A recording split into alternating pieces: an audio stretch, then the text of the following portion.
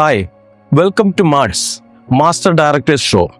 സിനിമയെന്ന ആധുനിക കലാരൂപത്തിന് മജ്ജയും മാംസവും നൽകി ഇതിഹാസ തുല്യരായി മാറിയ ലോകമെമ്പാടുമുള്ള സിനിമാ സംവിധായകരെക്കുറിച്ചും അവരുടെ സൃഷ്ടികളെക്കുറിച്ചും പ്രതിപാദിക്കുന്ന പരിപാടിയിലേക്ക് സ്വാഗതം.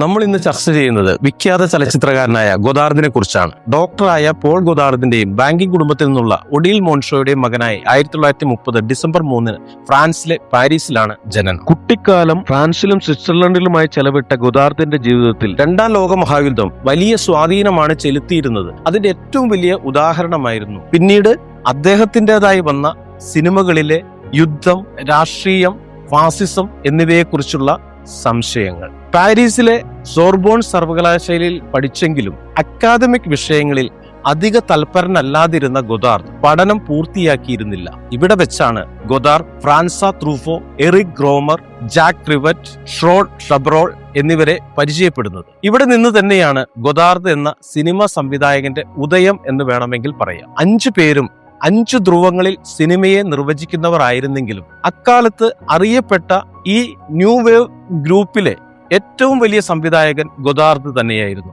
ഇവരുടെ സൗഹൃദം തുടങ്ങിയത് സിനിമാ സ്കൂളുകളിൽ അല്ലായിരുന്നു, മറിച്ച് വെളിച്ചവും നിഴലും അമിത വേർതിരിവിലൂടെ സൃഷ്ടിച്ച് ആന്തരിക സത്യത്തെ കൃത്രിമ ലോകത്തിലൂടെ അവതരിപ്പിക്കുന്ന ജർമ്മൻ എക്സ്പ്രഷനിസ്റ്റ് സിനിമകളും സമൂഹത്തിലെ പൂമുട്ടുപോലെ വിരിഞ്ഞ നിയോ റിയലിസ്റ്റിക് സിനിമകളും ഹോളിവുഡ് സിനിമകളും ദിവസേന 3-4 കാണുന്ന സിനിമാ തിയേറ്ററിൽ ആയിരുന്നു. 1951 പാരീസിൽ ആന്ദ്രേ ബാസിൻ, ജാക്ക് ഡോണിയോൾ, വാൾക്ലോസ്, ജോസഫ് മാരിലോ ദുഃഖ എന്നിവർ സ്ഥാപിച്ച കൊയേ ദേ സിനിമ എന്ന സിനിമ നിരൂപക പ്രസ്ഥാനത്തിലെ വലിയ വക്താക്കളായിരുന്നു അവർ 5 പേരും. ഹിച്ച്കോക്കിന്റെയും ഹോവാർഡ് ഹോക്കിന്റെയും നിക്കോളാസ് റേയുടെയും ആരാധകരായിരുന്നു ഗൊദാർദും കൂട്ടുകാരും. സിനിമ കഥ പറയാൻ വേണ്ടിയല്ല, ചിന്തിക്കാൻ വേണ്ടിയാണെന്നും സംവിധായകനാണ് സിനിമയുടെ ആത്മാവെന്നും പരസ്യമായി പറയുകയും വിശ്വസിച്ചിരിക്കുകയും ചെയ്ത ഒരു സംവിധായകൻ തന്നെയായിരുന്നു ഗൊദാർദ്. അത്തരം ശക്തമായ ചിന്താധാരയിൽ നിന്നുമാണ്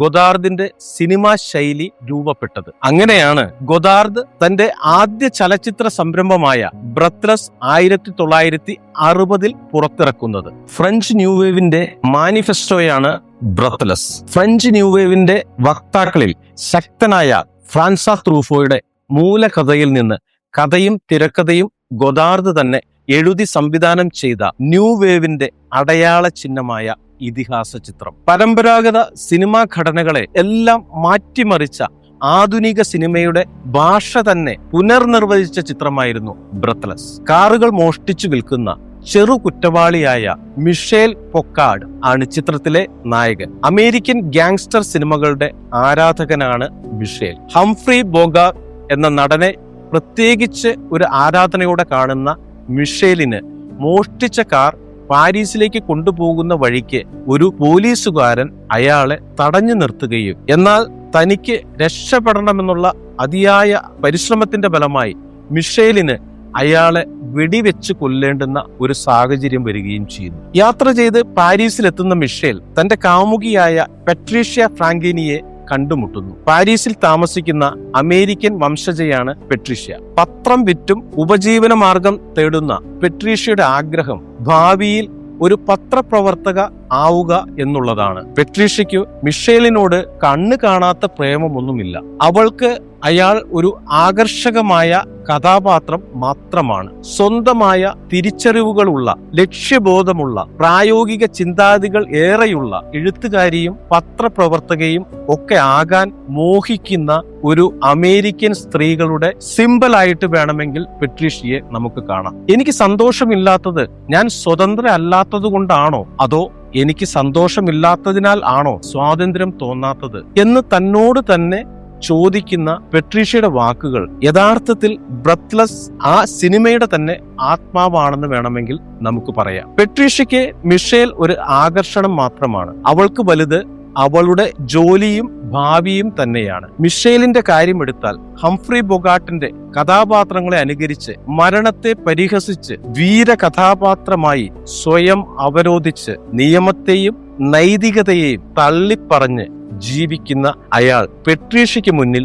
ഒരു കൊച്ചു കൊച്ചു കുട്ടിയാണ്, അല്ലെങ്കിൽ അതേ മനസ്സുള്ള ഒരു പാവമാണ്. അവളുടെ ചിറകിൻ കീഴിൽ അഭയം തേടുന്നവനും നിനക്ക് എന്നോട് പ്രേമമുണ്ടോ മോഹമുണ്ടോ എന്ന് ആവർത്തിച്ച് ചോദിക്കുന്ന സംശയാലുവുമാണ്. അവനെ അവനായി അംഗീകരിക്കുന്ന പെട്രീഷ്യയോട് അവന് ഉള്ളിന്റെ ഉള്ളിൽ പ്രേമം മാത്രമല്ല, ശക്തമായ ശാരീരിക ആകർഷണവുമുണ്ട്. അവർ തമ്മിൽ ശാരീരിക ബന്ധത്തിൽ ഏർപ്പെടുന്നുണ്ടെങ്കിലും മിഷേലിന്റെ ആവേശം അവിടം കൊണ്ട് തീരുന്നതേയില്ല. അതിനപ്പുറമുള്ള ആശ്വാസവും അംഗീകാരവും അവളിൽ നിന്ന് ലഭിക്കാത്തതിനുള്ള നിരാശയാണ് അവന്റെ അല്ലെങ്കിൽ അവരുടെ ബന്ധം തകർക്കുന്നത്. പോലീസ് മിഷേലിനെ തേടി വരുന്നുണ്ടെങ്കിലും കണ്ടെത്താനാകാതെ പെട്രീഷ്യയെ ചോദ്യം ചെയ്യുന്നു. അങ്ങനെ മിഷേൽ ഒരു കൊലപാതകിയാണെന്നും അവനോടൊപ്പം ഇനിയും തുടർന്ന് ജീവിച്ചു പോയാൽ അവളുടെ ജീവിതവും നശിക്കുമെന്ന തികച്ചും പ്രായോഗികമായ ഒരു തിരിച്ചറിവിൽ അവൾ അവനെ തള്ളിപ്പറയുകയും അവന്റെ ഒളിയിടം പോലീസിന് പറഞ്ഞു കൊടുക്കുകയും ചെയ്യുന്നു. അവളിലെ സ്വയരക്ഷാബോധം ഉണർന്നുവെന്നർത്ഥം. അവസാന രംഗത്ത് മിഷേൽ പോലീസിന്റെ വെടിയേറ്റ് വീഴുമ്പോഴും അവൻ അമ്പരക്കുന്നില്ല, നിലവിളിക്കുകയോ കുറ്റബോധം തോന്നുകയോ ചെയ്യുന്നില്ല. താൻ അഭിനയിച്ച ഏതോ ഒരു ഗാങ്സ്റ്റർ ഫിലിമിലെ നായകൻ മരണം പുൽകുന്ന ആ വീര മനോഭാവത്തിൽ സ്വയം ആത്മാവർപ്പിച്ച് മരണത്തിലേക്ക് നടന്നു പോകുന്ന മിഷേൽ. തന്നെ ചതിച്ചത് പെട്രീഷ്യയാണെന്ന് അവൻ അറിഞ്ഞെങ്കിലും, അല്ലെങ്കിൽ അവൾ അത് ചെയ്യുമെന്ന് അവന് ഒരു മുൻബോധ്യം ഉണ്ടായിരുന്നു എന്ന പോലെ അവളോടുള്ള അവസാന വാക്കുകൾ അവ്യക്തമായി മുറിഞ്ഞു വീഴുന്നു. പെട്രീഷ്യയാണെങ്കിൽ നിസ്സംഗതയോടെ അവന്റെ നേരെ അവൻ തന്നെ അനുകരിക്കുമ്പോൾ കാണിക്കാറുള്ള ചുണ്ടിൽ വിരൽ ചേർത്തുള്ള ആംഗ്യത്തോടെ മറുപടി കൊടുത്ത് അവനെ എന്നേക്കുമായി യാത്രയാക്കുന്നു. ബന്ധങ്ങളുടെ പരസ്പരമുള്ള നിരർത്ഥകതയും പ്രായോഗികതയും വരച്ചിടുന്ന ഒരു മനോഹര ചിത്രം. അതാണ് ബ്രത്ത്ലെസ്. അതുവരെ ഉണ്ടായിരുന്ന സിനിമയുടെ വ്യാകരണ ഭാഷ മൊത്തം മാറ്റിമറിച്ച ചിത്രമായിരുന്നു ബ്രത്ത്ലെസ്. അതുവരെ എഡിറ്റിംഗ് ടേബിളിലെ മിസ്റ്റേക്ക് ആയി ലോകം മുഴുവൻ സിനിമാ പ്രേമികൾ കരുതിയിരുന്ന പലതും പുതു സിനിമയുടെ വ്യാകരണ ഭാഷയാക്കി മാറ്റിമറിച്ചു കളഞ്ഞു ഗോദാർദ്. ഷോട്ടുകളോ സീക്വൻസുകളോ തമ്മിൽ കണ്ടിന്യൂറ്റി കണക്ഷൻ നഷ്ടപ്പെടുത്തി ഒരു ജമ്പ് കട്ടിലൂടെ തുന്നിച്ചേർക്കുന്ന സമ്പ്രദായം കൊണ്ടുവന്നത് ഗോദാർദ് ആണ്. മാത്രമല്ല, സ്റ്റുഡിയോ ലൈറ്റുകളിൽ ട്രൈപോഡിന് മുകളിൽ ക്യാമറ വെച്ച് ചിത്രീകരിച്ചിരുന്ന ആ സമ്പ്രദായത്തിന് പകരം അതെല്ലാം പൊളിച്ചെഴുതി യഥാർത്ഥ തെരുവുകളിലേക്ക് യഥാർത്ഥ സൂര്യപ്രകാശത്തിൽ തോളിലെടുത്ത ക്യാമറയുമായി ഗോദാർദ് ഇറങ്ങി. സിനിമയിലെ തന്നെ ഒരു നടനെ പോലെ അല്ലെങ്കിൽ ഏതെങ്കിലും ഒരു കഥാപാത്രത്തെ സൂചിപ്പിക്കുന്ന പോലെ ക്യാമറ കഥാപാത്രങ്ങളെ പിന്തുടർന്നുകൊണ്ടേയിരുന്നു. സിനിമ ആസ്വാദകർക്ക് അതെല്ലാം പുതിയ അനുഭവങ്ങളായിരുന്നു. നല്ലവനായ നായകന് പകരം പ്രതിനായകൻ നായകനായി കസറി തുടങ്ങി. സിനിമയിൽ കഥാപാത്രങ്ങൾ സംസാരിക്കുന്ന ഭാഷ അതിനു പകരം മനുഷ്യർ സംസാരിക്കുന്ന ഭാഷയായിരുന്നു ബ്രത്ത്ലെസ് എന്ന സിനിമയിൽ പലപ്പോഴും പ്രധാന കഥാപാത്രങ്ങളായ മിഷേലും പെട്രീഷ്യയും ക്യാമറയെ നോക്കി സംസാരിക്കുമ്പോൾ അതെല്ലാം പ്രേക്ഷകന്റെ ഹൃദയത്തോട് നേരിട്ട് സംവദിക്കുന്ന പ്രതീതി ഉളവാക്കി. അങ്ങനെ ആ സിനിമ ഇറങ്ങിയ കാലത്തെ ലക്ഷണമൊത്ത ന്യൂ വേവ് സിനിമയായിരുന്നു ബ്രത്ത്ലെസ് എന്ന് നിസ്സംശയം പറയാം. ആധുനിക സിനിമയുടെ സെൽഫ് റിഫ്ലക്സിവിറ്റിയുടെ തുടക്കം ബ്രത്ത്ലെസ് ആയിരുന്നു. 1963 ഗോദാർദിന്റേതായി പുറത്തിറങ്ങിയ മറ്റൊരു മനോഹര ചിത്രമാണ് കണ്ടന്റ് അഥവാ ലെ മെപ്രിസ്. ഒരു പ്രണയ കഥ പോലെയാണ് തുടക്കമെങ്കിലും വിവാഹ ജീവിതത്തിലെ ശിഥിലീകരണവും കലയിൽ പണത്തിന്റെ സ്വാധീനവും അതുവഴിയുള്ള സംഘർഷവും തുറന്നു കാട്ടുന്ന അവസാനം ഒരു ദാർശനിക ട്രാജഡിയായി മാറുന്ന ചിത്രം. ഒരു ഇറോട്ടിക് സീൻ പോലെ തോന്നുന്ന കാമിലിയും ഭർത്താവ് പോൾ ജാവലിന്റെയും കിടപ്പറ രംഗത്തോടെയാണ് സിനിമയുടെ തുടക്കം. അയാൾ അവളുടെ ഓരോ ശരീരഭാഗങ്ങളെയും സ്പർശിച്ചുകൊണ്ട് ഇത് നിനക്ക് ഇഷ്ടമാണോ എന്ന് ചോദിക്കുന്നിടത്ത് തന്നെ പ്രേക്ഷകൻ തിരിച്ചറിയുന്നുണ്ട് അവർക്കിടയിൽ ശാരീരിക ആകർഷണം ഉണ്ടെങ്കിലും മാനസികമായ അകലം തുടങ്ങിക്കഴിഞ്ഞിരിക്കുന്നു എന്ന സത്യം. ഇത് യഥാർത്ഥത്തിൽ ഒരു സിനിമയ്ക്കുള്ളിലെ സിനിമയാണ്. പോൾ ഒരു തിരക്കഥാകൃത്താണ്. ഹോമറിന്റെ ഒഡീസി അയാൾ തിരക്കഥയാക്കിക്കൊണ്ടിരിക്കുകയാണ്. ജെറി പ്രൊക്കോഷാണ് ആ ചിത്രത്തിന്റെ നിർമ്മാതാവ്. അമിതമായി പണമുള്ള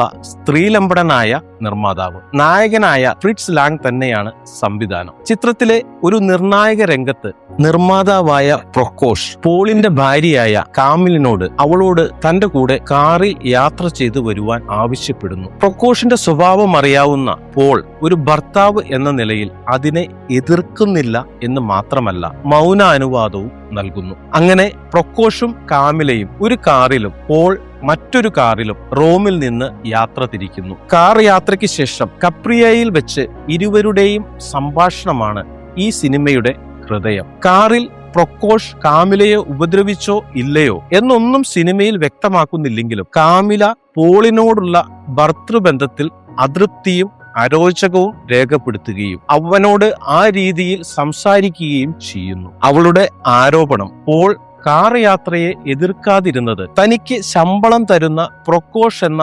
നിർമ്മാതാവിനെ വെറുപ്പിക്കണ്ട എന്ന നിലപാട് മൂലമാണെന്നും യഥാർത്ഥത്തിൽ പോൾ ഒരു സ്വാർത്ഥമതിയായ ഭർത്താവാണെന്നും മാനസികമായി തനിക്ക് ഇനി അയാളെ ഒരു ഭർത്താവായോ അല്ലെങ്കിൽ ഒരു നല്ല പുരുഷനായോ പോലും കാണാൻ സാധിക്കില്ല എന്നുള്ളതാണ്. എന്നാൽ പോളിന്റെ പ്രതികരണം മറ്റൊന്നായിരുന്നു. അയാൾ പറയുന്നു, ഞാൻ നിന്നെ പ്രൊക്കോഷന് വിറ്റൊന്നുമില്ല, അത് വെറും ഒരു കാർ യാത്ര മാത്രമാണ്, നീ അതിനെ തെറ്റായി വ്യാഖ്യാനിക്കുകയാണ്. അയാൾ പറഞ്ഞത് സത്യമാണ്. അയാളുടെ മനസാക്ഷിക്ക് മുന്നിൽ അയാൾ യാതൊരു വിധത്തിലും ഒരു തെറ്റും ചെയ്തിട്ടില്ല. എന്നാൽ കാമിലിയുടെ പ്രതികരണം വളരെ ശക്തമായിരുന്നു. നീ എനിക്ക് വേണ്ടി ഒന്നും ചെയ്തില്ല, ഇനി അർത്ഥഗർഭമായ മൗനം തന്നെയാണ് നീ ചെയ്ത തെറ്റ്. തടയേണ്ട സമയത്ത് ചെയ്യാതിരുന്നത് നീ എന്നെ അവന് വിൽക്കുന്നതിന് തുല്യമാണ്. അവളുടെ പ്രതികരണം വളരെ രൂക്ഷമായിരുന്നു. ഇവിടെ ആത്മാഭിമാനമില്ലാത്ത ഒരാളെ ഭർത്താവായി അംഗീകരിക്കാൻ യാതൊരു വിധത്തിലും കഴിയാത്ത മാനസിക അവസ്ഥയുമായിട്ടാണ് കാമിൽ നിൽക്കുന്നത്. അവളുടെ നിലപാടിന് മുന്നിൽ അയാൾ വളരെയധികം നിസ്സംഗനാണ്. ഒന്നും ചെയ്യാനില്ല അയാൾക്ക്. നീ എന്നെ ഒരു ഭാര്യയായല്ല കാണുന്നത്, മറിച്ച് വെറും ഒരു ബാർഗെയിനിങ് ചിപ്പായാണ് എന്ന അവളുടെ വെളിപ്പെടുത്തലിന് മുന്നിൽ അയാൾ ഇടിവെട്ടേറ്റവനെ പോലെയാകുന്നു. ഒന്നും പ്രതികരിക്കാനില്ല. അയാളുടെ പ്രതികരണമെല്ലാം അവളുടെ മുമ്പിൽ ഒന്നുമല്ലാത്ത അവസ്ഥയിലേക്ക് പോയിക്കൊണ്ടിരിക്കുകയാണ്. അവളോട് പറയുന്നുണ്ട്, ഇതെല്ലാം നിന്റെ തെറ്റിദ്ധാരണകളാണ്, നമ്മുടെ ജീവിതം നമുക്ക് വീണ്ടും തുടങ്ങാം. അങ്ങനെ കപ്രിയയിലെ ആ ദീർഘമായ സംഭാഷണത്തിനൊടുവിൽ ഒരു വീട്ടിൽ രണ്ട് മനുഷ്യരെ പോലെ അന്യോന്യം തിരിച്ചറിയപ്പെടാത്ത ആളുകളെ പോലെ അവർ തുടരുന്നതിനിടെ പോൾ വീണ്ടും ചോദിക്കുന്നുണ്ട്, നീ എന്നെ എന്തിനു വെറുക്കുന്നു? ഉത്തരം നിനക്ക് തന്നെ അറിയാം എന്നാണ് അവളുടെ മറുപടി.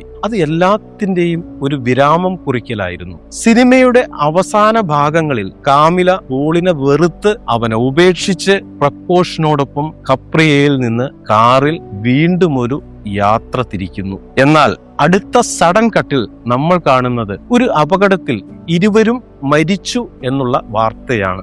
സംഗീതമില്ലാതെ നിർവികാര ദൃശ്യങ്ങളിലൂടെയാണ് തുടർന്നുള്ള രംഗങ്ങൾ. പോൾ കരയുകയോ നിലവിളിക്കുകയോ ഇമോഷണൽ ആവുകയോ ഒന്നും ചെയ്യുന്നില്ല. വളരെ ശൂന്യമായ മനസ്സുള്ളവനായിട്ട് അയാൾ മാറുന്നു. ആത്മാഭിമാനം നഷ്ടപ്പെട്ട നിർവികാരമായ മനസ്സുമായി അയാൾ നിൽക്കുകയാണ്. സിനിമയുടെ ഏറ്റവും അവസാന രംഗങ്ങളിൽ ഫ്രിറ്റ്സ് ലാങ് എന്ന സംവിധായകൻ ഒഡീസിയുടെ ചിത്രീകരണം തുടരുകയാണ്. കപ്രിയയിലെ നീലക്കടലും അവളുടെ പാറക്കെട്ടുകളും ശക്തമായ സൂര്യപ്രകാശത്തിലും ആ ഉതിർന്നു വീഴുന്ന വാചകങ്ങൾ ഇങ്ങനെയായിരുന്നു: ശാശ്വതമായ ദൈവങ്ങളുടെ മുന്നിൽ താൽക്കാലികങ്ങളായ മനുഷ്യർ ഇതിനെയെല്ലാം വിഴുങ്ങുന്ന ശക്തിയാണ് സമയം. നശ്വരമായ മനുഷ്യബന്ധങ്ങൾക്കപ്പുറം കഥയും കലകളും കടൽ പോലെ തുടരുമെന്ന സന്ദേശത്തോടെയാണ് ചിത്രം അവസാനിക്കുന്നത്. വളരെ മനോഹരമായ ഒരു ചിത്രം, കണ്ടന്റ്. 1967 ഇറങ്ങിയ ഗൊദാർദിന്റെ മറ്റൊരു ചലച്ചിത്രമാണ് വീക്കെൻഡ്. ഇത് യഥാർത്ഥത്തിൽ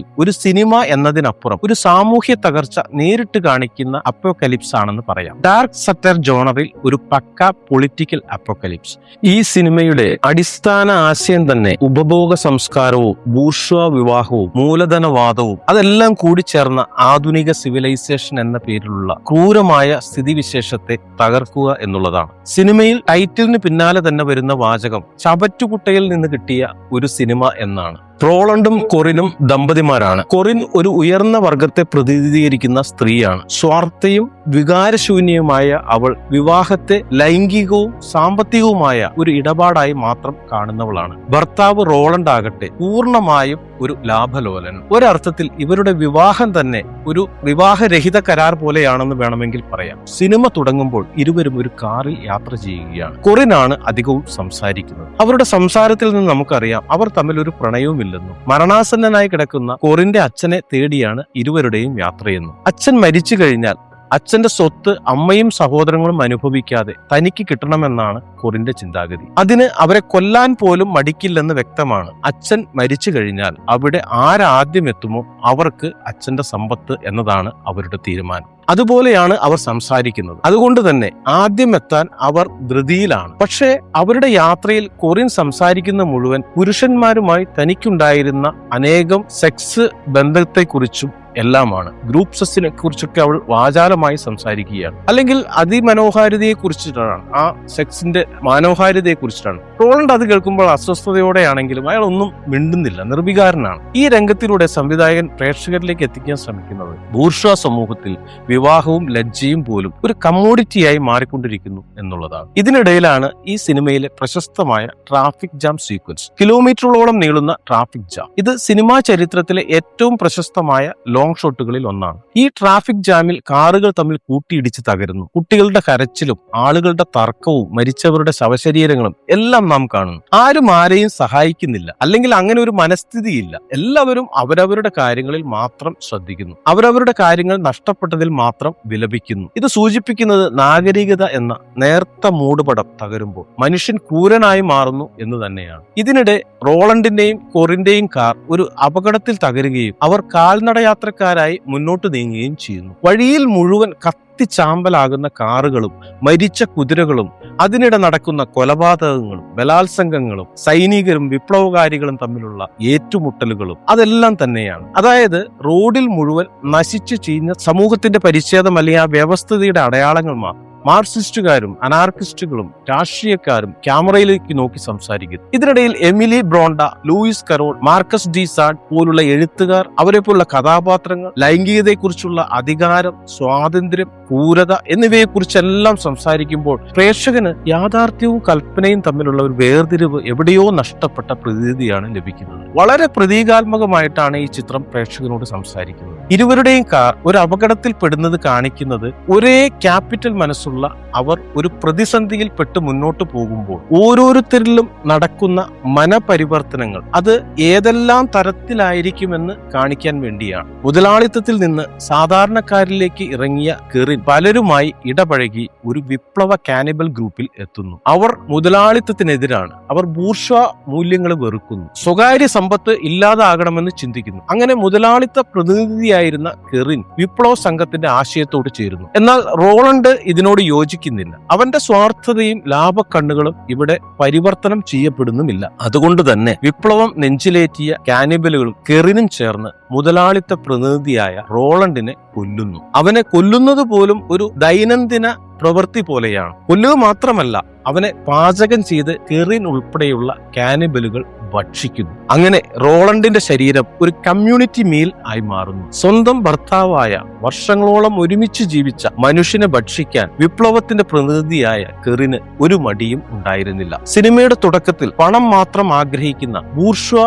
രീതിയിൽ ജീവിക്കുന്ന കെറിൻ മനുഷ്യനെ തിന്നുന്ന വിപ്ലവ സമൂഹത്തിന്റെ ഭാഗമായി തീരുന്നു. പക്ഷെ അവൾ സഹജീവി സ്നേഹമുള്ള മനുഷ്യനായി മാറുന്നില്ല, മറ്റൊരു തരത്തിലുള്ള മൃഗമായി മാറുന്നു. സിനിമ സൂചിപ്പിക്കുന്നത് എന്തെന്നാൽ മുതലാളിത്തത്തിൽ നിന്ന് നേരിട്ട് വിപ്ലവത്തിലേക്കുള്ള മാറ്റം മാനുഷിക മൂല്യങ്ങൾ ഉൾക്കൊള്ളാതെയാണെങ്കിൽ അത് ആപത്ത് എന്ന് തന്നെയാണ്. മറ്റൊരു തരത്തിൽ പറഞ്ഞാൽ ബൂർഷ്വാ ലോകം മനുഷ്യന്റെ സാംസ്കാരിക ചിഹ്നങ്ങളായ നിയമം, ശീലം, വിവാഹം, നൈതികത തുടങ്ങിയവയിൽ ഒളിപ്പിച്ച് ചൂഷണം ചെയ്യുമ്പോൾ കാനിബൽ വിപ്ലവ സമൂഹം യാതൊരു നൈതികത മറയുമില്ലാതെ നേരിട്ട് കൊന്ന് പാചകം ചെയ്ത് ഭക്ഷിക്കുന്നു എന്നർത്ഥം. ഇവിടെ ഗൊദാർദ് ഒരിക്കലും യഥാർത്ഥ കമ്മ്യൂണിസത്തിനും സോഷ്യലിസത്തിനും എതിരല്ല എന്ന് മാത്രമല്ല, അവയിലാണ് മാനുഷിക മൂല്യങ്ങൾ യഥാർത്ഥത്തിൽ അടങ്ങിയിരിക്കുന്നത് എന്ന് പറയാതെ പറയുകയാണ് എന്ന് വേണമേ നമുക്ക് ആ സിനിമ കാണുമ്പോൾ മനസ്സിലാക്കാൻ സാധിക്കുകയുള്ളൂ. മറ്റൊരർത്ഥത്തിൽ പറഞ്ഞാൽ മനുഷ്യത്വമില്ലായ്മ അല്ലെങ്കിൽ ആ തരത്തിലുള്ള ചിന്താഗതി കമ്മ്യൂണിസവും മൃഗീയവും യാന്ത്രികവുമായ വിപ്ലവവും മനുഷ്യനെ ചരിത്രത്തിന് വേണ്ടി മാത്രം ബലി കൊടുക്കുന്ന രാഷ്ട്രീയമാണെന്നാണ് ഗൊദാർദ് സമർത്ഥിക്കുന്നത്. ഇതെല്ലാമാണ് ചുരുക്കത്തിൽ പരിക്കേറ്റ മനുഷ്യരെയും സിവിലൈസ്ഡ് എന്ന് അഭിനയിക്കുന്ന സമൂഹത്തെയും മനുഷ്യനെ തിന്നുന്ന തത്വശാസ്ത്രത്തെയും തുറന്നു കാട്ടുന്ന സിനിമകളാണ് ഗൊദാർദിന്റേത് എന്ന് വേണമെങ്കിൽ പറയാം. അനശ്വരനായ ആ ചലച്ചിത്രകാരന് മുന്നിൽ അഭിവാദ്യങ്ങൾ.